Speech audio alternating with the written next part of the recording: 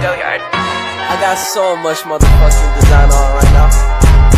Break it down, bring it back, make it clap. I got 3 old thoughts, new block, where that thing. Bitches on my line, and you know Halo guys, pada video kali ini kelompok kami akan menjelaskan tentang penerapan manajemen strategi pada PT Indofood.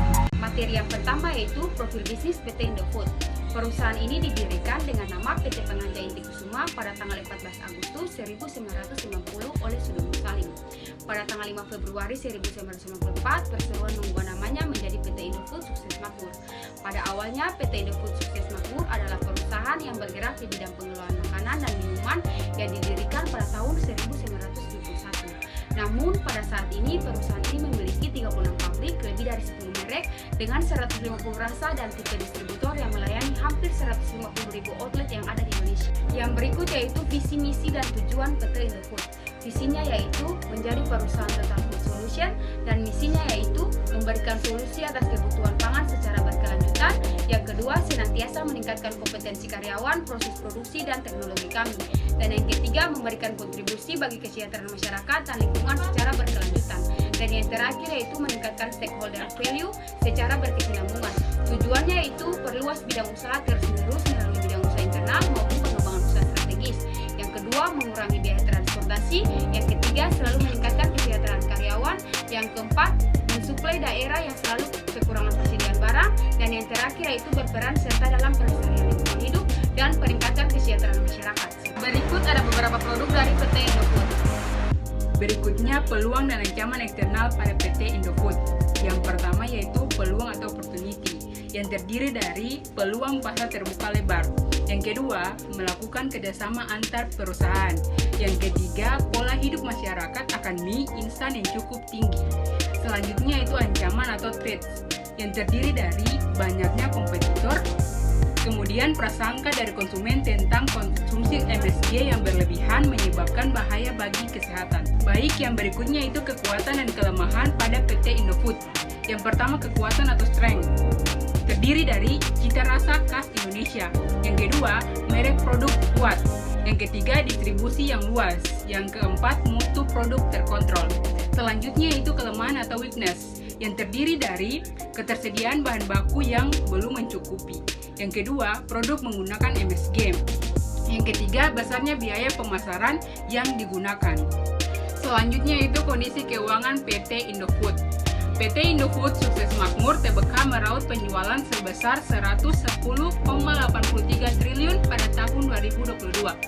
Penjualan tumbuh sebesar 12% dari periode 2021 sebesar 99,35 triliun. Sementara itu, laba usaha meningkat 16% menjadi 19,69 triliun pada tahun 2022.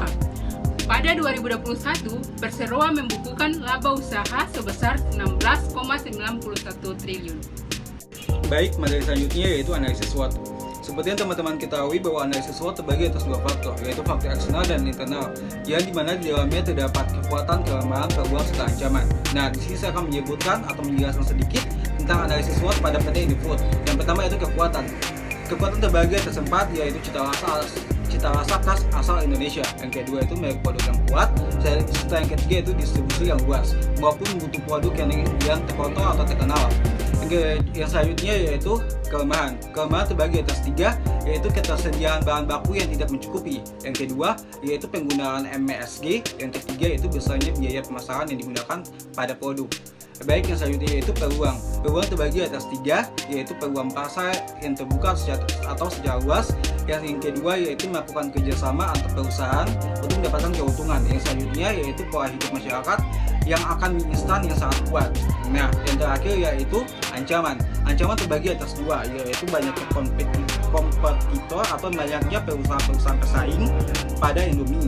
Yang selanjutnya yaitu prasangka konsumen yang tentang konsumsi MSG yang sangat berbahaya bagi pelanggan. Baik, di sini juga terbagi atas analisis SWOT terbagi atas 4 juga, yaitu SO, WO, ST, dan WT. Di mana SO adalah membuat berbagai jenis produk dengan ciri khas Indonesia. WO yaitu memiliki strategi kerjasama antar perusahaan untuk mendapatkan bahan baku. Yang ketiga ST yaitu memiliki strategi mengembangkan jenis produk dengan cita rasa yang tidak memiliki kompetitor atau pesaing.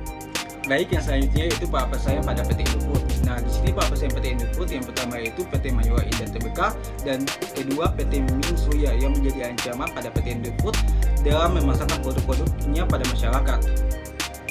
Baik, materi selanjutnya itu balance scorecard pada PT Indofood dan terbagi atas beberapa. Yang pertama itu perspektif keuangan, perspektif proses bisnis internal, perspektif pembelajaran dan pertumbuhan, dan terakhir itu perspektif keuangan.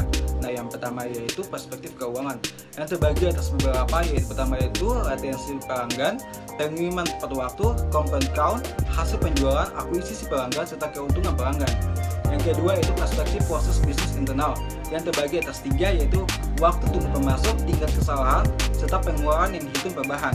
Nah, yang ketiga itu perspektif pembelajaran dan pertumbuhan yang terbagi atas 3, yaitu produktivitas karyawan, kebutuhan karyawan, serta jam perhatian bagi karyawan. Nah, yang selanjutnya itu perspektif keuangan yang dimana dihitung menggunakan laba bersih per total aktiva dikali dengan 100%. Nah, dimana pada tahun 2021 dimana laba bersih pada PT Indofood yaitu 11.965.911.000 dibagi dengan total aktiva yaitu 179.271.840 rupiah dikali dengan 100% yang mendapatkan nilai hasil 6,67. Nah, yang selanjutnya pada tahun 2022 di mana laba bersih yaitu 10.953.116 rupiah dibagi dengan total aktiva yaitu 180.433.300 dikali dengan 100% yang mendapatkan hasil 6,01. Ya, di sini materi yang akan saya bawakan yaitu etika perusahaan terhadap karyawan. Ada beberapa poin. Yang pertama itu Indofood berkomitmen melakukan praktik ketenagakerjaan yang bertanggung jawab, mengembangkan skill dan pengetahuan serta memperhatikan kesejahteraan karyawan. Yang kedua itu perseroan mewajarkan kesempatan yang sama dan setara bagi setiap karyawan untuk mengembangkan karir mereka masing-masing.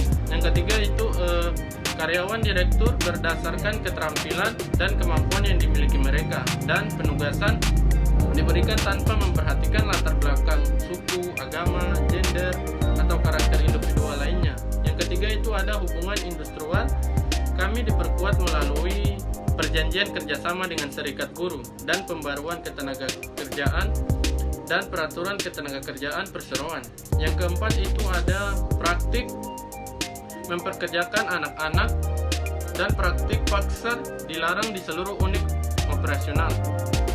Yang kelima itu ada seluruh karyawan diharapkan menghindari dari kegiatan pribadi dan kepentingan finansial yang dapat menyebabkan benturan kepentingan dan kepentingan dengan tanggung jawab terhadap perseroan.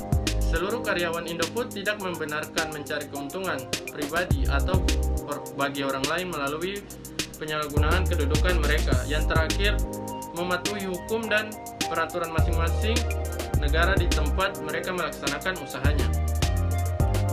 Ya, selanjutnya yaitu materi isu etika bisnis. Seperti teman-teman yang ibu sudah ketahui, kasus Indomie yang mendapat larangan untuk beredar di Taiwan karena disebut mengandung bahan pengawet yang berbahaya bagi manusia dan ditarik dari peredaran.